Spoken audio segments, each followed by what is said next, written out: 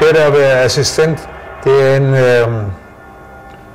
en lille smule som at kysse sin egen søster. Kan vi sige tillykke? Nej, det skal jeg ikke. Det bliver en udlænding. De har valgt en udlænding. Er du en bitter mand nu? Nej, det er ikke bitter ved noget, man drikker. Et godt, stort, fynsk bøgetræ.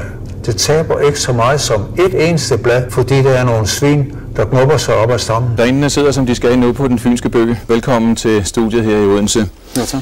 Der har været nogle heftige udtalelser fra enkelte af bestyrelsesmedlemmerne. Blandt andet er Hans Bjerg Petersen jo citeret for at have sagt, at hans bedstemor kunne have lavet de samme resultater som dig. Det der med, at hans bedstemor kunne gøre det lige så godt, det kan jeg ikke udtale mig noget om, for jeg kender jo slet ikke hendes kvalifikationer. Jeg har aldrig været for fin til at snige mig med på et afbud.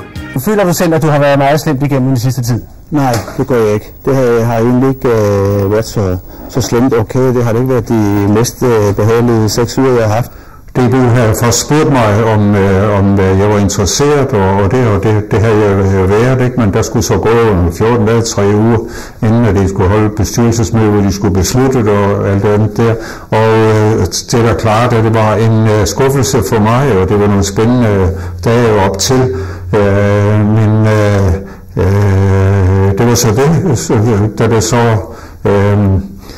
der Horstås sprang fra, og jeg blev spurgt, om jeg så ville tage det, så sagde jeg, jamen, det vil jeg godt, det vil jeg gerne, men så skulle afgørelsen altså bare komme her og nu. Omkring Frank Andersen, den stork, der i sin tid kom med ham, den har fløjet hele vejen herop, lige ved siden af en papegøje.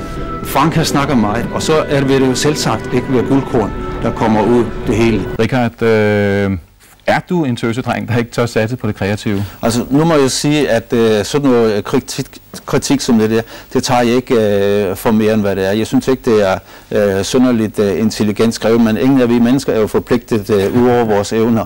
Altså Lars Olsen kom humpende ud af spillet, ud af gangen her til sidst, og sagde, jeg er færdig, sagde han, jeg kan ikke spille sådan.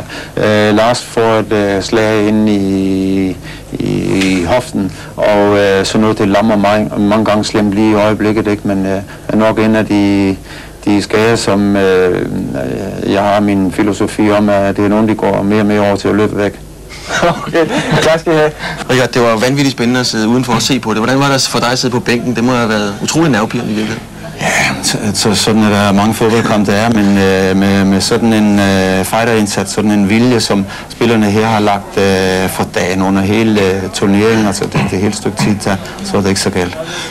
Nogle gange så har jeg måske fået det indtryk af nogle af fodboldeksperterne, at det var direkte dem, som har opfundet spillet.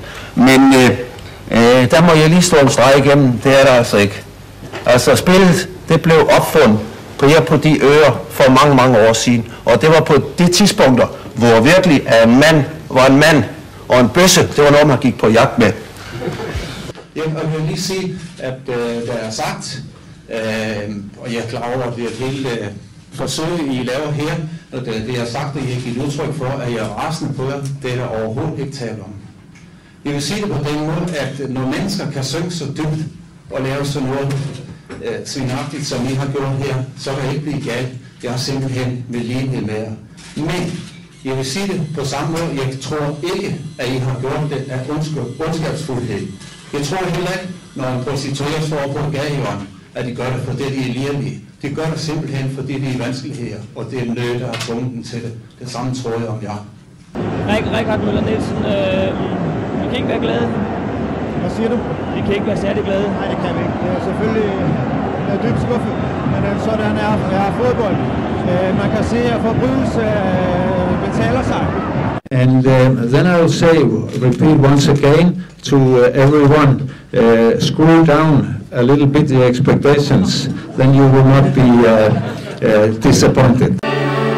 Som fodboldtræner, der kan man ikke rigtig skelne fritid og arbejde. Ikke? Man tænker jævnt på det hele tiden.